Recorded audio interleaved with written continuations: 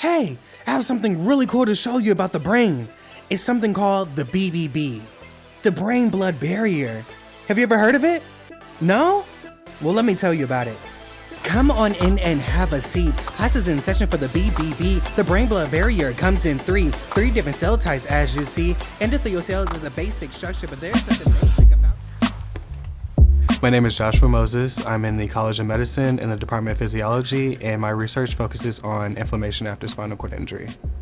I created a music video about the blood-brain barrier and its importance to just homeostasis within the body, and I did that for a video contest for the Society for Neuroscience and also Brain Facts, which is a website where you can go and learn different interesting facts, different articles about the brain or anything surrounding the brain.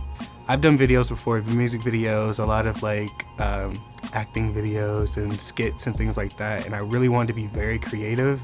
I make songs in my head to remember different concepts all the time to just really get it to stick in my head. So it's like, you already have it kind of written out in your head, just make some music, put it down, record a video, and that's how the BBB in the story came to be.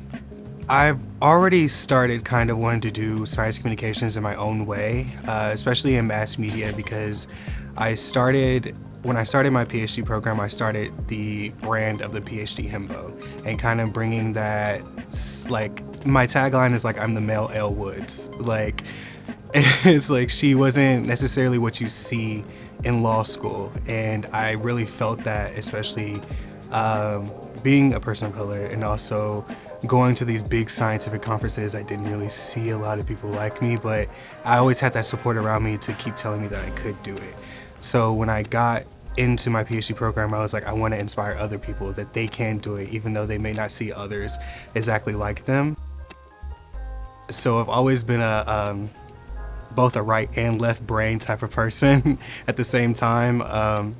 And as that progressed, I went to my different science camps and things like that, but I also went to theater camp and I went to acting classes. I did improv, I did some background acting, and I really lived these lives kind of separately. So at the time I did my science, it was more school focused, but when it came to the actual creation part, I wanted to kind of be like an independent artist. So I started making skits and little short films and also music.